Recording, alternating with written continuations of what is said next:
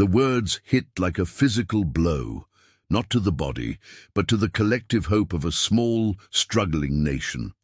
Their economic challenges are, frankly, a localized issue. Our fiduciary duty is to our clients, not to every sovereign budget. The voice belonged to a titan of global finance, his tone flat, devoid of any genuine empathy, broadcast across financial news channels worldwide. He sat there, a picture of calm indifference, dismissing the very real anxieties of millions with a wave of his hand, as if swatting away a fly. I watched from my desk, a financial journalist, feeling the familiar knot tighten in my stomach.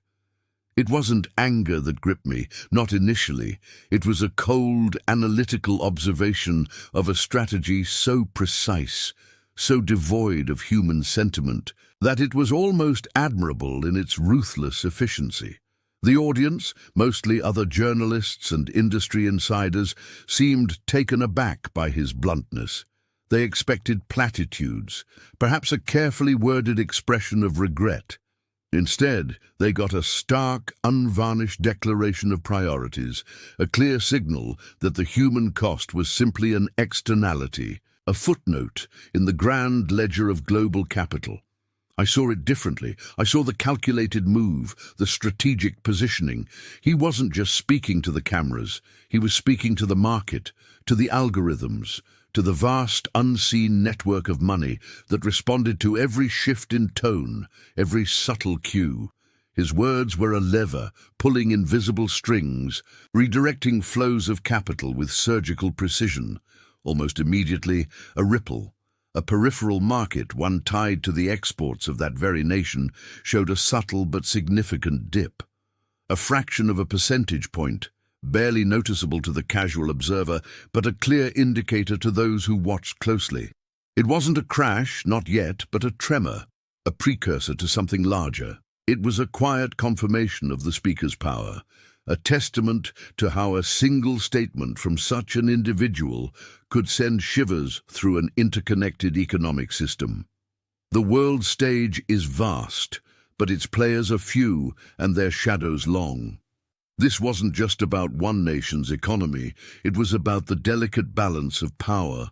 The silent hand that moved mountains of money with seemingly effortless grace.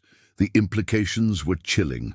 How much sway did one entity, one person, truly hold over the destinies of so many? It was a question that had been simmering for years, a quiet unease beneath the surface of booming markets and technological advancements. Now it felt like it was boiling over, the steam starting to cloud the view.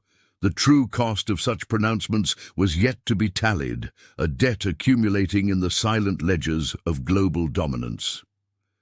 Before we continue, subscribe to the channel and tell us where you're watching from in the comments. To understand how we got to that moment, to that dismissive statement, we need to rewind a bit, back to the early 2000s. It was a time when the world was shrinking, at least economically.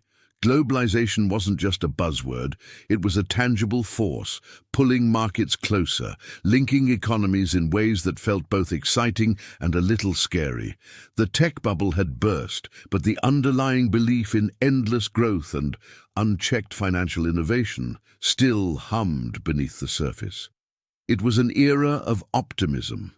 A feeling that anything was possible if you just had the right algorithm, the right strategy, the right amount of ambition. Wall Street, in particular, was a different beast then. It was aggressive, competitive, a place where egos clashed and fortunes were made and lost in the blink of an eye.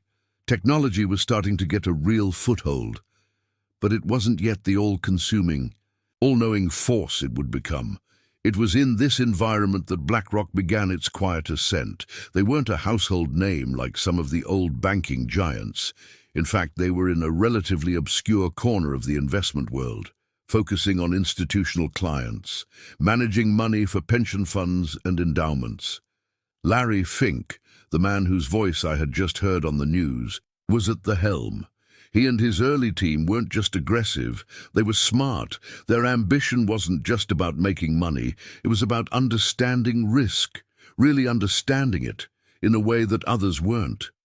They saw the value in data, in building models that could predict and mitigate the kind of financial shocks that had historically blindsided the industry. The prevailing culture of Wall Street at the time was still very much about gut feelings, about who you knew, about the individual brilliance of star traders.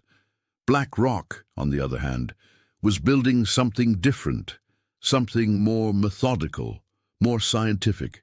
Their focus on risk management wasn't glamorous, but it was incredibly effective.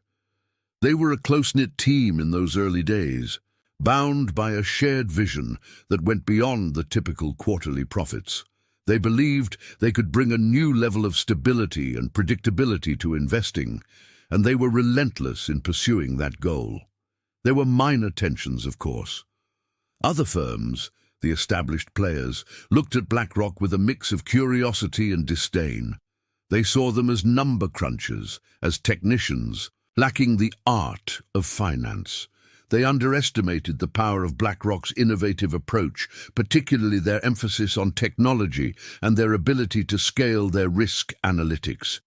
These were the early signs, small tremors in the foundation of the old financial order, hinting at the seismic shift that was to come. BlackRock wasn't just playing the game. They were quietly rewriting the rules, preparing for a future where information and analytical power would be the ultimate currency. They were building the tools, honing the strategies, and assembling the team that would eventually allow them to not just compete, but to dominate. Their focus on institutional clients meant they were largely out of the public eye, building their empire brick by brick, algorithm by algorithm, without the fanfare or the scrutiny that would later follow. This allowed them to grow, to test their ideas, and to perfect their system, all while the rest of the financial world was still largely operating on older, less sophisticated models. Their initial small steps were setting the stage for a truly disruptive entry into the global financial landscape. As BlackRock continued its meticulous build, the cracks in the traditional investment models became more and more apparent. It wasn't a sudden collapse, but a gradual erosion, like water wearing away stone. BlackRock's consistent outperformance wasn't just a matter of luck. It was the direct result of their sophisticated risk analytics, their ability to see patterns and predict outcomes that others simply couldn't. They were using data in a way that was still foreign to most of Wall Street, turning what many considered an art into a science. This led to quiet, discreet humiliations for established firms. Imagine a seasoned portfolio manager, someone who had built their career on intuition and personal connections, suddenly finding their meticulously crafted portfolios consistently lagging behind BlackRock's data-driven strategies. It wasn't just about losing money, it was about the fundamental challenge to their expertise, their very way of doing business. These older firms, steeped in tradition, found their human intuition increasingly exposed as limited and fallible in the face of BlackRock's relentless algorithmic precision. Internally, within these venerable institutions, there were shifts, uneasy conversations, new hires with quantitative backgrounds, a reluctant acknowledgement that the game was changing, but they were always a step behind. The broken promises of traditional portfolio management became a recurring theme.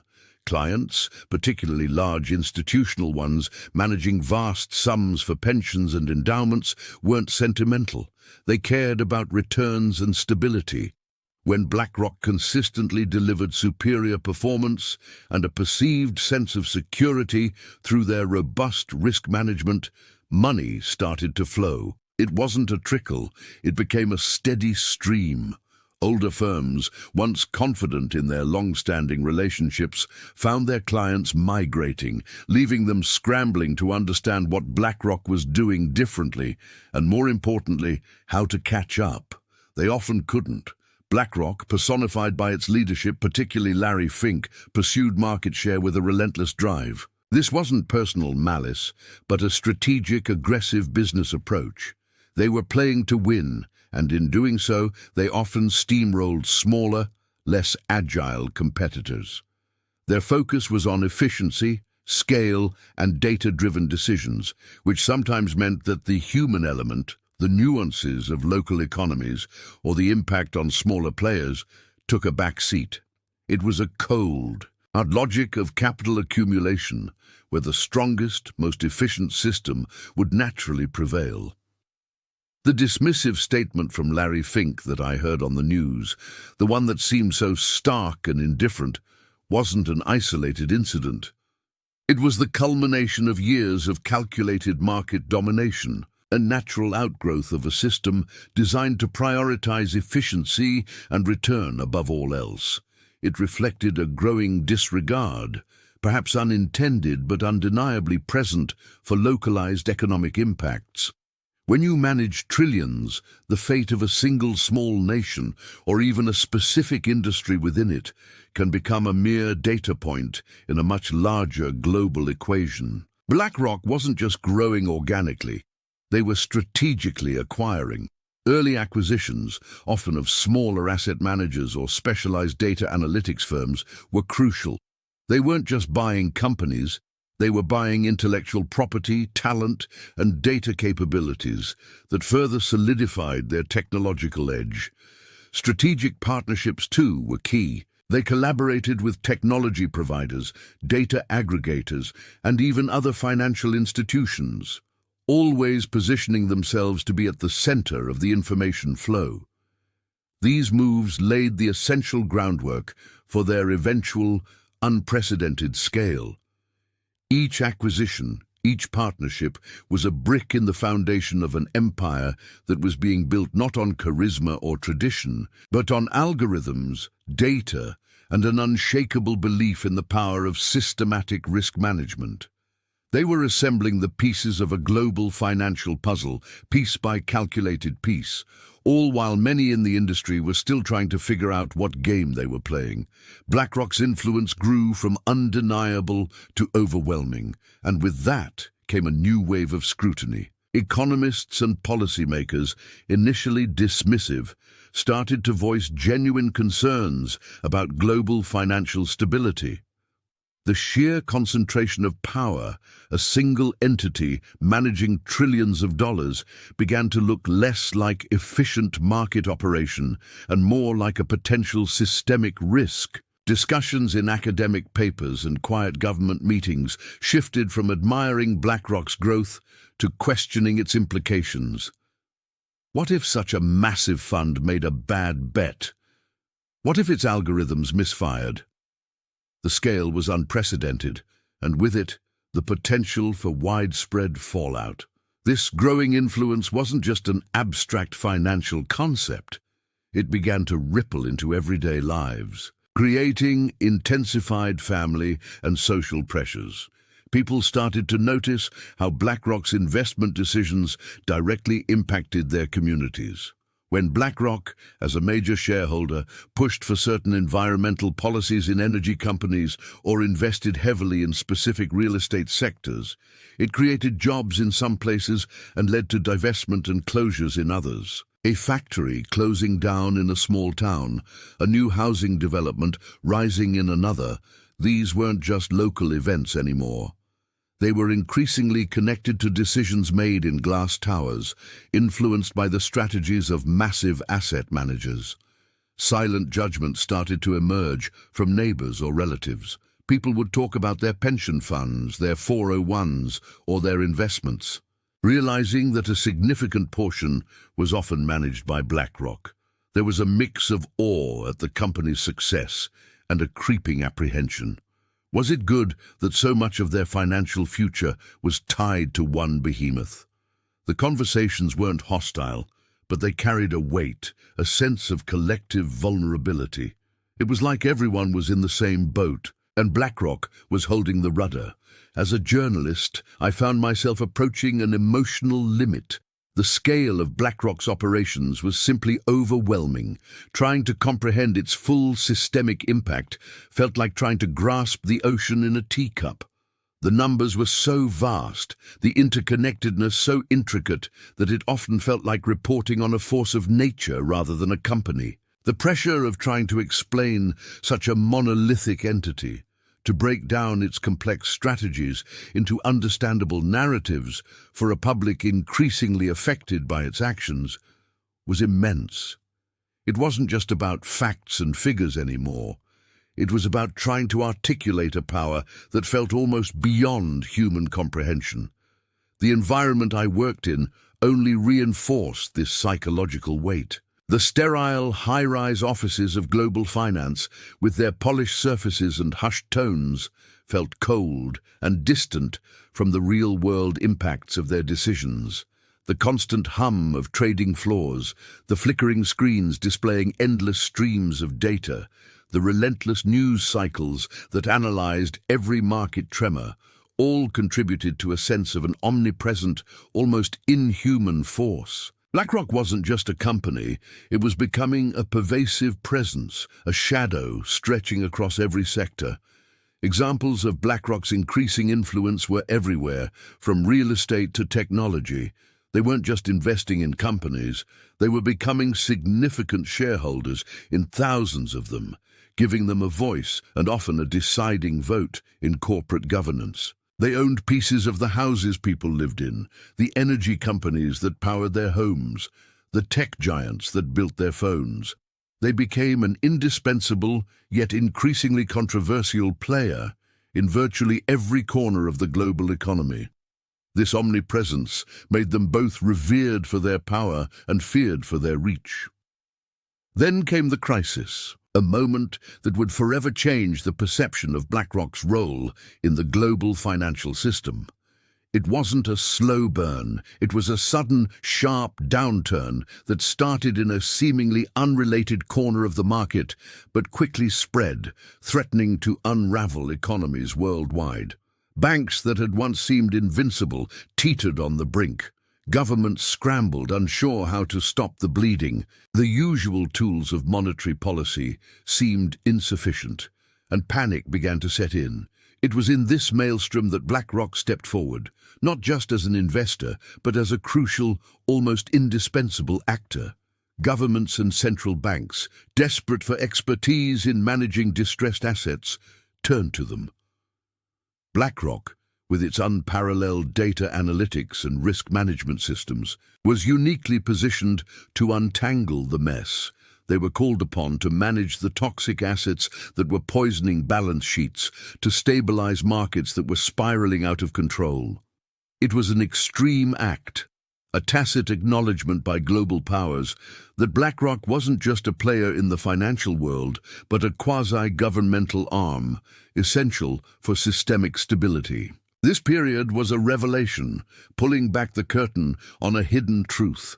The public, through news reports and analyses, slowly became aware of the sheer volume of assets under BlackRock's management. Trillions of dollars, a figure so vast it surpassed the GDP of many nations, were being handled by this one entity. It wasn't just managing money, it was managing the very fabric of global capital. The scale of their influence, once a whispered concern among financial insiders, was now front and center, undeniable and awe-inspiring. A limit had been surpassed. The realization dawned on global leaders and the public alike that BlackRock's influence extended far beyond mere investment. It reached into policymaking, subtly shaping regulations through its insights and recommendations. It permeated corporate governance, as their significant shareholdings gave them a powerful voice in thousands of companies, dictating their environmental, social, and governance policies. This wasn't just about making money. It was about shaping the world on an unprecedented scale from the shadows of financial markets. For BlackRock, this crisis was an unexpected opportunity. While others faltered, they thrived, leveraging the instability to expand their reach even further. They acquired struggling assets at bargain prices, absorbed smaller firms, and cemented their role as the ultimate global financial steward. They were the ones who could see the patterns in the chaos, who had the tools to navigate the storm, and who emerged from it stronger, larger, and more entrenched than ever before. It was a masterclass in turning systemic risk into strategic advantage. For me, as a journalist, this was the turning point where I finally broke from the pattern of simply observing. The sheer weight of what I was witnessing, the profound implications for global society, demanded more than just reporting. I made a drastic decision to dedicate my work, my career, to understanding and explaining this phenomenon. It wasn't enough to just detail their growth. I needed to dissect their power, to articulate how one company had become so central to the world's functioning, to shed light on how their decisions affected everyone, everywhere. The impact of this realization was realistic and emotionally coherent. There was a sense of awe at the sheer strategic brilliance and operational efficiency that allowed BlackRock to achieve such a position. But this awe was mixed with a profound concern about the future of global capitalism. What did it mean for democracy, for individual sovereignty, for the very idea of a free market when so much power was concentrated in a single, unelected entity? The questions were immense, and the answers felt elusive, yet vital to pursue. I knew my work had just begun. The aftermath of that global financial upheaval revealed BlackRock's dominance in stark relief. Secondary characters, previously minor players in the financial discourse, now emerged with strong opinions. Some financial experts and politicians, relieved by the averted collapse, praised BlackRock's stabilizing role. They argued that without its decisive action and unparalleled data, the world economy would have plunged into an even deeper abyss. They saw BlackRock as a necessary guardian, a steady hand in times of chaos, a benevolent dictator of capital. On the other side, a growing chorus voiced alarm over its unchecked power. Activists began to organize, staging protests outside BlackRock's gleaming headquarters, questioning the ethics of a single private entity wielding such influence over public life. They spoke of moral hazard, of a system where risks were socialized but profits privatized, where a company could become too big to fail and thus too powerful to regulate effectively. The debate raged, complex and nuanced, about whether BlackRock was a savior or a silent sovereign. The consequence promised in Part 1, the true cost of those dismissive pronouncements, now fully revealed itself. BlackRock's moral and social standing became a complex debate, not simply a matter of good or evil. Was it a necessary evil, a pragmatic solution to a deeply interconnected global financial system? Or was it a dangerous concentration of power, a threat to democratic principles and fair markets? The answer wasn't clear-cut. It depended on who you asked and from what perspective they viewed the world. The company itself remained largely silent, letting its actions and its continued growth speak for themselves. For me, the journalist, this was leading to an emotional victory. My work, once a solitary pursuit of understanding, began to gain significant traction. Articles detailing BlackRock's intricate web of ownership, analyses of its impact on everything from climate policy to housing markets, and interviews with those directly affected by its decisions sparked global conversations. My reporting brought critical scrutiny to BlackRock's operations, forcing discussions in boardrooms and government chambers that had long been avoided. I became a respected voice, shedding light on this intricate and often opaque issue, translating complex financial realities into understandable narratives for a broad audience. The pressure was immense, but the impact felt real, tangible. The story concluded with a powerful, intimate reflection. Sitting in a quiet office late one night, surrounded by notes and data points, I connected the past ambition of BlackRock's founders, Larry Fink and his early team, with their vision for risk management and technological leverage. to the present reality of its global omnipresence. From a small, ambitious firm in the shadow of Wall Street, they had built an empire that touched every facet of modern life. It was a testament to their foresight, their relentless pursuit of efficiency, and their ability to capitalize on every global shift. This reflection pondered the very nature of power, not just financial, but societal. What responsibility did such an entity truly hold? Was it accountable to shareholders, to nations, or to some higher principle of global stability? The evolving relationship between finance and society had reached a critical juncture. The lines between private enterprise and public good had blurred, creating a new paradigm where a single company could, by virtue of its sheer scale, exert influence typically reserved for states. The quiet, relentless march of financial destiny had led us here. The final thought left the viewer in silence, a profound question hanging in the air. In the silent, interconnected web of global capital, the owner of the world cast a shadow that touched every corner, a testament to ambition, data, and the quiet, relentless march of financial destiny.